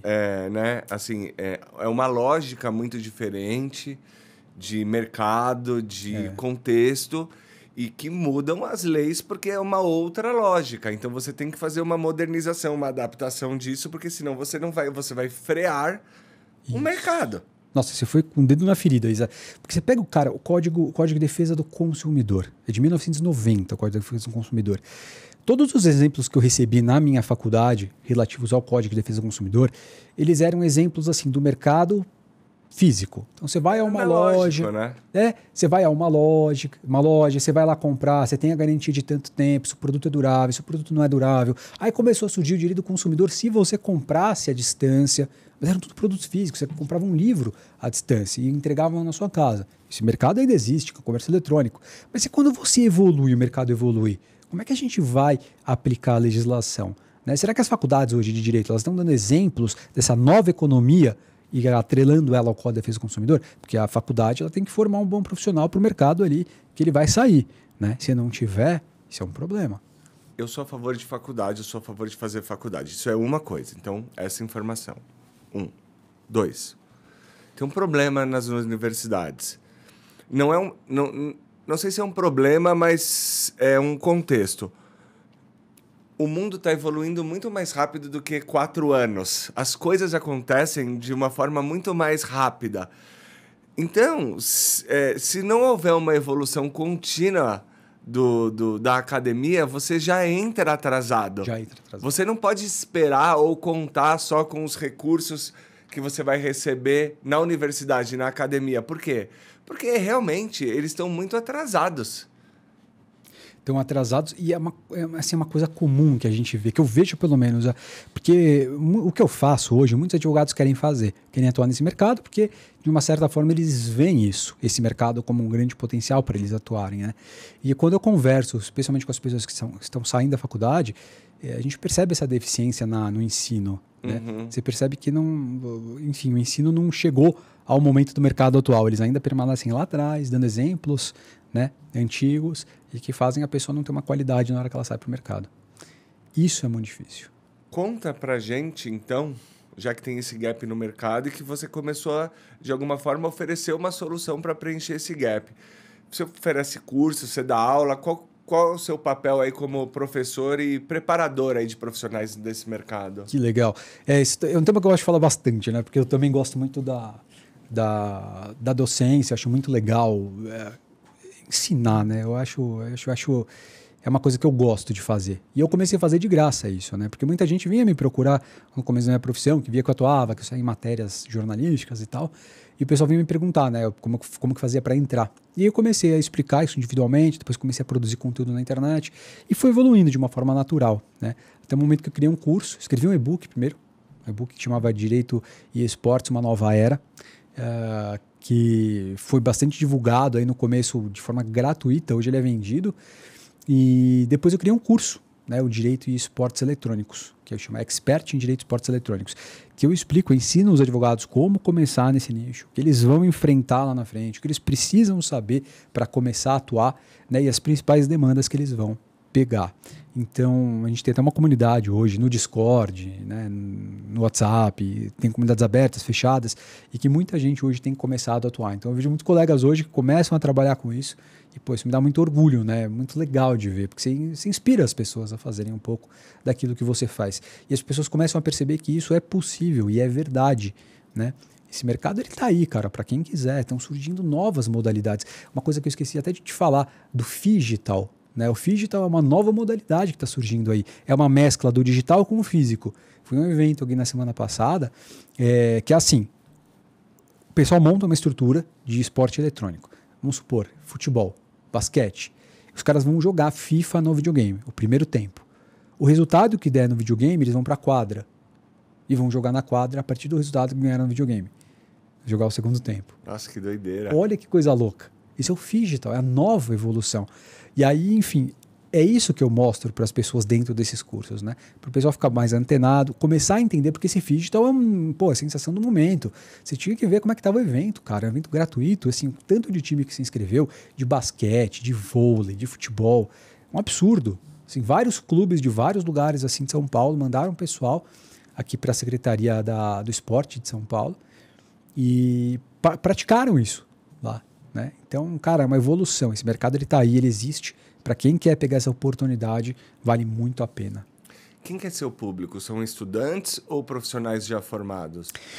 Para o curso, são estudantes e profissionais já formados, né? Que aí eu consigo, desde o comecinho ali, ensinar como fazer e o que fazer para quando sair da faculdade. E os que já saíram da faculdade estão começando, que tem uma liberdade maior, para eles já engrenarem ali, né? E seguirem em frente. E minha profissão, minha atuação como advogado, aí é também em geral, para atletas, para times, para, enfim, publishers, desenvolvedores. Eu tenho clientes que são streamers, tenho clientes que são produtores de jogos, tenho clientes que são publishers. Enfim, aí é a minha atuação profissional mesmo, né? Sobre os cursos, eu quero falar um pouco mais, assim, como é uma mentoria ou são cursos gravados e aí a pessoa vai adquirir o acesso? Qual que é o conteúdo que tem ali? Qual que é o formato? Legal. Eu faço os dois. A gente tem a mentoria, né, que é uma mentoria pessoal, individual que eu faço. Eu vejo ali o profissional que quer entrar nesse mercado, o momento que ele está no mercado, para a gente direcionar ele e aí ele começa a assistir uma série de aulas, mas eu faço uma mentoria anterior. E aí a gente tem um curso que é gravado, que aí todo mundo pode adquirir. Ele está fechado no momento, a gente abre de tempos em tempos, né? Faz quase um ano que a gente não abre esse curso, aliás, e a gente vai reabrir agora em 2025, provavelmente depois do Carnaval, e aí quem quiser comprar vai comprar o pacote do curso. São 7 ou 8 módulos, desde uma introdução a esse mercado, né, até o que a gente chama de PEC, que são os pacotes ali de contratos, de petições que as pessoas vão usar. E aí a gente passa por várias etapas, né, explicando o mercado, explicando a estrutura do mercado, como esse mercado funciona, o ecossistema dele. Aí a gente fala da Lei Geral do Esporte, as relações de consumo que existem dentro desse mercado. Enfim, até chegar no momento que é a prática, que a pessoa vai, de fato, ali começar a usar aqueles elementos que a gente dá, né, para o advogado começar a atuar nesse mercado. De novo, uma pergunta leiga. Você falou streaming. Streaming é ao vivo? O que é streaming? Transmissão, Streaming é transmissão, né? Que é a palavra pura, dita, é transmissão. E a gente tem um mercado gigantesco também de streamers, que são pessoas que fazem transmissões de jogos. E aí é um outro mercado, Zé, que se você parar para analisar, ele é extremamente profundo. Né? Tem streamers aí que são meus clientes que, cara, eles faturam muito dinheiro apenas transmitindo jogos. Então, são pessoas que, assim, ou se dedicam aos jogos em si, que é um entretenimento, eles vão jogar, vão testar novos jogos e vão transmitindo. Aí eles têm o público deles, têm a qualidade de público deles, eles ganham com patrocínio, ganham com a transmissão da própria plataforma, e com isso fazem ali sua própria carreira, né? Tem os streamers que são streamers de esportes eletrônicos, que fazem a transmissão de esportes eletrônicos. Então você tem um campeonato oficial, o cara vai lá e vai narrar. Ele é tipo o Galvão Bueno ali do jogo, entendeu? Então ele vai lá e transmite isso. Da mesma forma, ele vai ganhar não só da emissora, mas da plataforma, dos patrocinadores. Então o cara também tem ali seu próprio faturamento. E ele tem uma empresa, porque isso é uma empresa, né? Não deixa de ser. Então, é uma outra profissão que está bastante atrelada aos games, aos esportes eletrônicos, e surgiu disso, né? Quando a gente fala, a gente sai, né, da questão dos streamers de jogos e de esportes eletrônicos, aí a gente falando, por exemplo, já num leque mais amplo, para qualquer outra natureza de apresentação, a gente entra nos podcasts, que a gente tem vários temas, né, sendo discutidos, e também são transmissões que são feitas ou ao vivo, ou muitas vezes gravadas, né? Mas os streamers, eles são bastante atrelados aqui a esse mercado dos games e esportes eletrônicos. Uma pergunta que ficou lá atrás. Você comentou sobre comprar itens. Legal. e sobre o versus desconhecimento dos pais. Uhum. Outro dia o meu filho, que eu já te falei que tem 3 anos e meio, ele assinou a Amazon, Tá. o Prime. Ele apertou e assinou. Isso acontece? Acontece muito. Em jogos, em primeiro lugar, né, em relação de consumo com serviços digitais, assim, acontece muito, né, com muita criança fazendo isso, mas é uma responsabilidade dos pais, né? Sim. Não tem o que fazer, você não consegue muitas vezes nem cancelar sem deixar de cobrar. Você vai cancelar, mas vai ter que pagar a parcela aí. Mas nos jogos eletrônicos isso acontece muito, porque os filhos muitas vezes pegam o cartão de crédito dos pais, passam lá a mensalidade e vão comprando, né, esses itens. Porque para eles não faz diferença. E a gente tem a recorrência no pagamento. Tem itens de jogos que são itens perenes, eles vão ficar dentro do jogo de forma perene. Tem outros itens que são temporários. Então o cara compra, ele usa por 15 dias aquele item, e aí o item ele se extingue. Né? E se quiser, você compra outro, por outro período. E tem períodos. Né? E por que isso é interessante? Porque isso agrega valor ao inventário do jogo. Então, sei lá, você comprou aquele item, ele vai te dar tantos bônus ou tantos itens especiais ali que vai agregando moedas no jogo. Né? Uhum. Então, o cara ganha em contrapartida em moedas do jogo. Mas ele vai assinando, vai comprando os itens e tudo mais. E aí a gente tem que tomar cuidado, porque muitas vezes o cara vai para um servidor pirata, né? Isso daí não vai ser contemplado no servidor original. Então tem que tomar muito cuidado com qual servidor você vai entrar e qual servidor você vai gastar dinheiro. Você pode estar ainda comprando do cara pirata. Errado. Exato. E não saber. E não saber. Porque eles fazem uma réplica tão parecida com o jogo, né, que o cara às vezes não sabe. Ele entra no servidor pirata e vai lá jogar no servidor pirata. Caramba. Cara, você tem uma variação de preço de itens? Tipo, vai de 0 a... Se a gente entrar nesse mercado de skins, itens de jogo, depende muito do jogo, depende muito do item, mas tem itens aí que são milionários. Da mesma forma como tem a Bitcoin, o mercado de compra e venda da Bitcoin, tem o mercado de compra e venda de itens do jogo. Então, você pega o Counter-Strike, por exemplo, ele tem suas skins lá, que são decorações, por exemplo, de uma arma.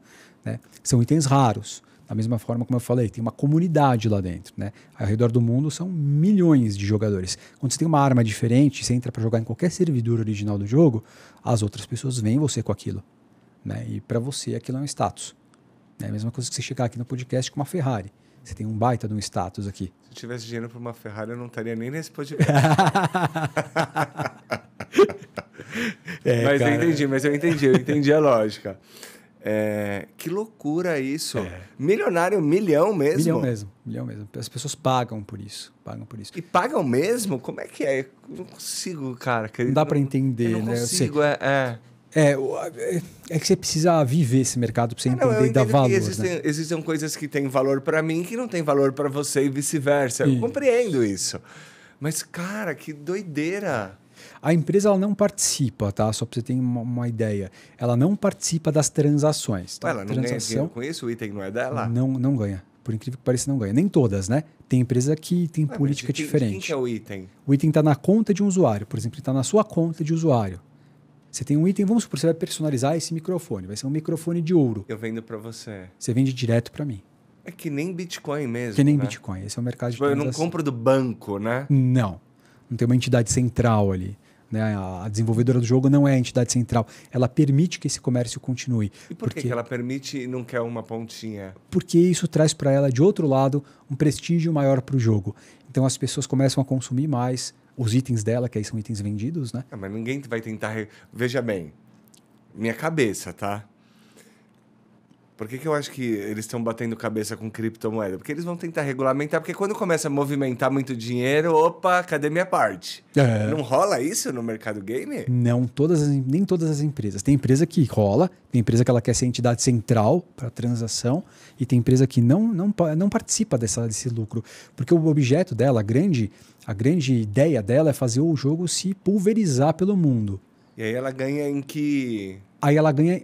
Na licença do jogo? Ela ganha na licença do jogo, na venda do jogo. E tem empresa que não vende jogo, que o jogo é gratuito, mas a comunidade que ela faz ali dentro, o número de consumidores que ela tem, ela consegue vender mais patrocínios dentro do jogo. Porque você entra no jogo, tem um placar lá, tem uma televisão. É que nem no FIFA e tal, tem as plaquinhas ali. Tá. Aí eles conseguem vender aquilo, conseguem vender por meio de campeonatos que eles fazem. Porque quanto mais consumidores tem daquele jogo, mais gente conhece aquele jogo, mais pessoas vão participar do campeonato. E por aí vai.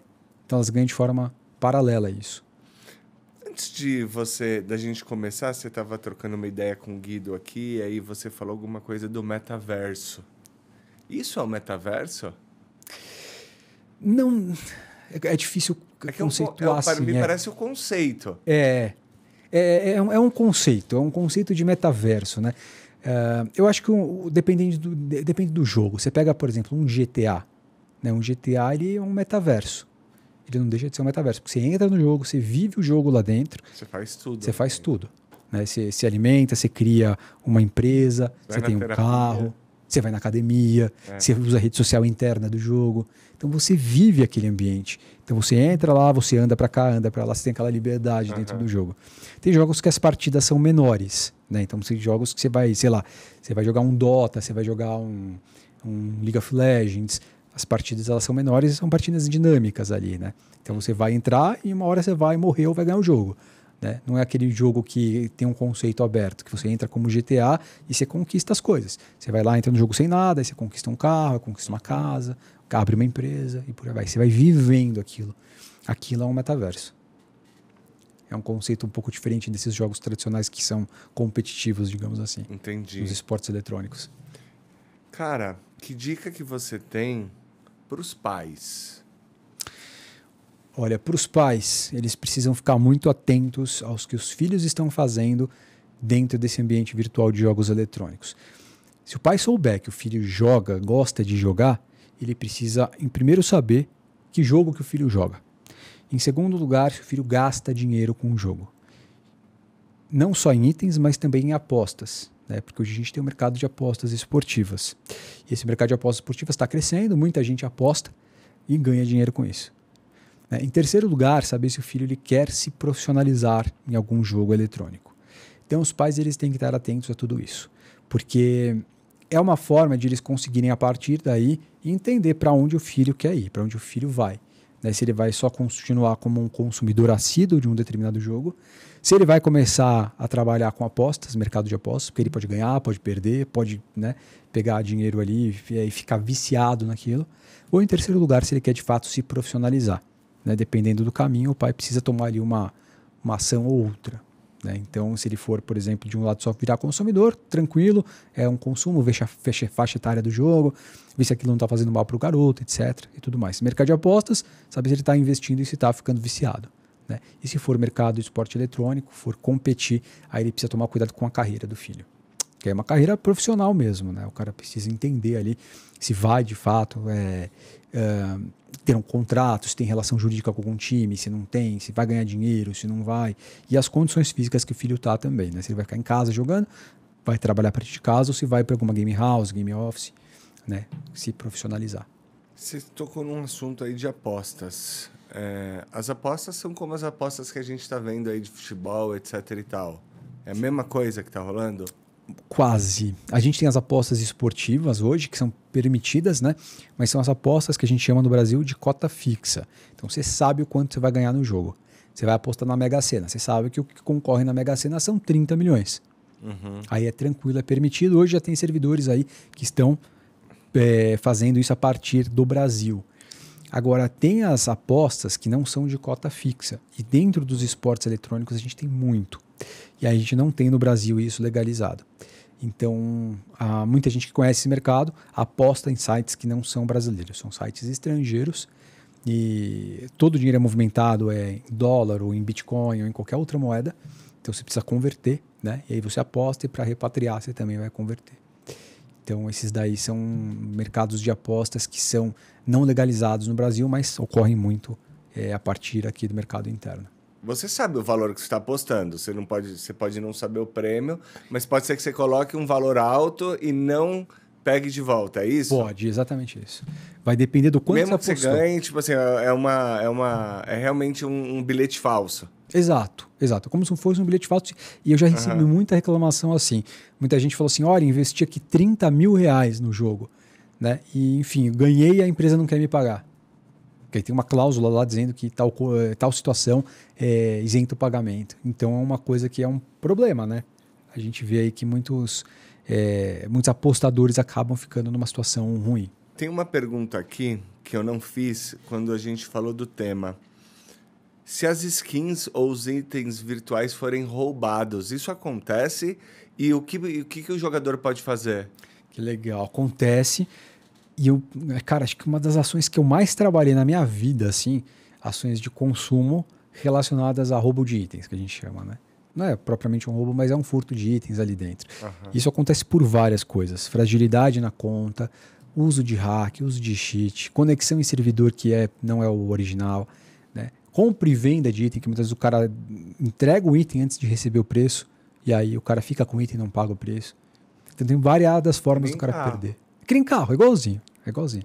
Então você tem que ter todos os cuidados. Inclusive, olha que louco isso, Zé. Teve gente que já assim foi no escritório, a pessoa falou assim, olha, eu vou me separar, era um casal, vou me separar. E aí o cara falou assim, olha, não tenho bens, né? A gente tem um carro, só que a gente vai dividir. E a mulher falou assim, não, peraí, você tem aqueles itens lá que você comprou no jogo, no Counter-Strike. O cara gastou, sei lá, 40, 50 mil reais no jogo. Então ela sabia que ele tinha um valor dentro da conta do jogo e aquilo teve que contemplar ali a divisão patrimonial, a divisão de bens dentro da separação que eles fizeram. Olha que coisa louca. E olha a dica, hein? Olha a dica maliciosa que ele tá passando aqui. Os caras vão tudo comprar, vão botar um patrimônio tudo no jogo. Não tenho nada. Cara, que doideira talvez isso. Talvez não saber. A outra pessoa muitas vezes não sabe que joga. Essa foi esperta, né? Essa foi esperta. Sabia que o marido jogava, sabia que tinha valor lá dentro. E na hora de separar, divorciar ali, ela soube. E aquilo converteu em perdas e danos, né? Muita gente pode não entender aqui o que eu tô falando, mas o cara não necessariamente precisou vender os itens para pagar a parte da mulher, né? Mas aí ele teve que indenizar. Então, se era 40 mil que ele gastou no jogo e os 40 mil vão ficar lá, ele precisa dar 20 para ela. É como se fosse uma casa. Você não precisa vender a casa. Você pode achar um acordo ali para pagar o valor. Que louco isso, velho. Não, e as pessoas nem imaginam, né? Não. Porque é uma outra forma. Se você ouve falar que o cara tem uma conta nas Bahamas, etc e tal, a esposa não sabe. Essa é nova, hein, cara? Essa é nova, né? Essa E assim, é uma coisa que acontece, cara, que as pessoas elas querem esconder hoje o patrimônio quando elas vão separar, divorciar. Hoje não, né? Desde sempre isso. E hoje, por meio desses aplicativos digitais, a pessoa consegue colocar crédito, né, dentro dos aplicativos para não ter rastreamento bancário, né? E em conta de jogo, quem que vai pensar que itens virtuais têm valor, né? Então, às vezes a pessoa nem pensa. Aí você compra um monte de coisa lá no GTA, você sabe que é uma comunidade forte que vai recomprar aquilo, né? E depois você vende, depois da separação. Olha que doido. Cara... Essa daí foi pesada, hein? E aí comenta aí, eu queria ver até o seu público, quem joga esses jogos GTA, Counter, né, que tem um comércio de itens ali. O pessoal que puder comentar aí sabe disso. Normalmente o pessoal sabe disso. Outra coisa que deve ser uma novidade para o judiciário isso, né? Total. Para a Receita. Para a Receita Federal. A Receita tá ligada nisso? Não, também não. Inclusive, dentro desse ambiente, ocorre muita lavagem de dinheiro. Quando o item tem valor muito alto, sei lá, você pega uma skin que vale R$1 milhão dentro do Counter-Strike. O cara quer lavar o dinheiro? Tem, pior que tem. O cara vai lá e deposita R$1 milhão para lavar dinheiro dentro desse ambiente. Aí ele vende. Vende, ou recebe na forma de Bitcoin, ou recebe em outra forma, né? Um valor proporcional. Aí ele declara o que ele recebeu ali na transação. Declara o que recebeu e fica com o dinheiro limpinho. E o cara que comprou, né? O cara que, enfim, teve algum lastro nisso pode até ser responsabilizado. Mas por que ele vai ser? Se eu vender meu carro, como é que eu vou saber a origem do dinheiro do cara? Então o cara tem que ter uma isenção de responsabilidade do dinheiro, né? Nos contratos que eu faço hoje, acho que todos os advogados acabam tomando esse cuidado, né? No contrato que a gente faz, a gente fala que o valor a receber não é oriundo de valores ilícitos, de proveito econômico decorrente de crime, etc. Tem que ter no mínimo esse cuidado, né? Então é uma coisa que é delicada. Como é que você vê o futuro desse mercado? Olha, pelos gráficos e projeções que a gente vê, eu particularmente, pessoalmente, eu não tenho dúvida que é um crescimento exponencial, né? É um faturamento sempre bilionário. E a tendência é que isso se torne cada vez mais ascendente, né? Esses gráficos, porque mais gente entra no mercado, mais investidores passam a conhecer, então mais volume de recursos a gente passa a ter. Então não tenho dúvida que é uma projeção sempre crescente aí. Especialmente pelas novas modalidades também, né? O Fishtal que eu comentei, novos jogos que vão saindo. Então eu acho que é sempre ascendente. Quais são os jogos carro-chefe hoje do setor? Cara, o jogo eletrônico é interessante porque assim, eles têm um tempo de duração, né? Eles começam normalmente, dependendo da publicidade, num determinado ponto do mercado. Quando eles se tornam o agrado do público ali, eles pegam um ápice ali na linha de projeção muito grande e depois de uns 4, 5 anos eles começam a cair. Então o jogo tem uma faixa de média assim, em anos de 4 a 7 anos. Uma média de usabilidade, né, de jogabilidade. E aí se a empresa não criar gráficos novos, não criar mapas diferentes, não fizer novos projetos, o jogo cai. Mas a gente tem jogos que permanecem aí no mercado, que, cara, estão há 20 anos. Counter-Strike é um deles. Era isso que eu ia falar. Você estava falando, eu falei, o Counter-Strike, eu nem sei quanto tempo eu escuto. Antiguíssimo. Free Fire também. Free Fire é novo, ele é antigo na China, né? Na China ele já corre há mais tempo, no Brasil ele já está no mercado há uns 7 anos, mais ou menos. Mas ainda é de agrado do público ainda, né? Mas tem jogos que não perdem a essência, né? Diablo, por exemplo, o próprio LoL, League of Legends, Dota, que são jogos mais antigos, né? Esses daí estão no mercado e continuam. Mas o mercado é cíclico, sempre vai aparecer jogos novos, né? E hoje multiplataformas, hoje você pega celular, você pega console, você pega muitas vezes o próprio desktop, né? Mas a gente tem essa variedade de plataformas. Você joga? Cara, eu jogava mais, hoje não tanto. Hoje tenho 2 filhos, né? Então a gente acaba conseguindo jogar. Mas eu gosto muito de tiro em primeira pessoa. São os jogos assim que eu mais gosto. Né? Mas gosto de apreciar outros jogos também, estratégia. Às vezes eu baixo para brincar um pouquinho, né? Eles já jogam? Não, ainda não. Ainda não. A gente uma vez brincou com eles com o Wii. Jogo de boliche e tudo mais. E aí eles gostaram, brincaram. Ficam viciados. Se deixar, a gente percebe que eles vão embora, né? Mas a minha filha, de vez em quando, pega o meu celular e vai jogar o Pou lá, que é um joguinho dela. Ela tá com quantos anos? Tá com 5, vai fazer 6. Já é maiorzinha. Já é um pouquinho... Já começou a criar interesse, sabe? Mas a gente ainda segura um pouquinho, mas mais pra frente não vai ter como. A gente segura também, mas é isso, na escola, né? Não tem como. Não tem. Eles vêm, né, por influência, né? Outros coleguinhas, outros amigos jogando. O assunto é o jogo. E aí eles vão ficar de fora. Não tem como, né? Tem alguma informação que você gostaria de acrescentar que eu não perguntei, que você acha legal? Um recado final que você queira deixar? Olha, um recado que eu queria deixar para os pais, que eu acho importante, é sempre tenham atenção no que os filhos estão fazendo quando o assunto é game e esporte eletrônico. Justamente para saber se é só um jogo que eles gostam de consumir, se eles estão entrando no mercado de apostas ou se estão querendo se profissionalizar, né? E falar para os pais não terem preconceito, né, em relação aos games. Porque os games resolveram a vida de muitos jovens aí. Né? Quando se profissionalizaram, seguiram as instruções certinhas, fizeram a vida deles. Né? Aos 25, 27 anos, estão com a vida praticamente assim feita. Se eles souberem administrar o patrimônio que eles conquistaram.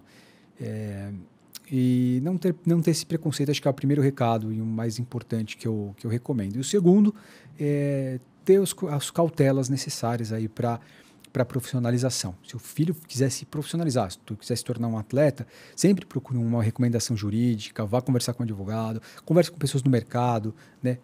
Pegue uma pessoa que seja um administrador de carreira de fato, que tenha bagagem, para que ela possa, enfim, seguir uma carreira mais saudável aí, não ter nenhum tipo de problema.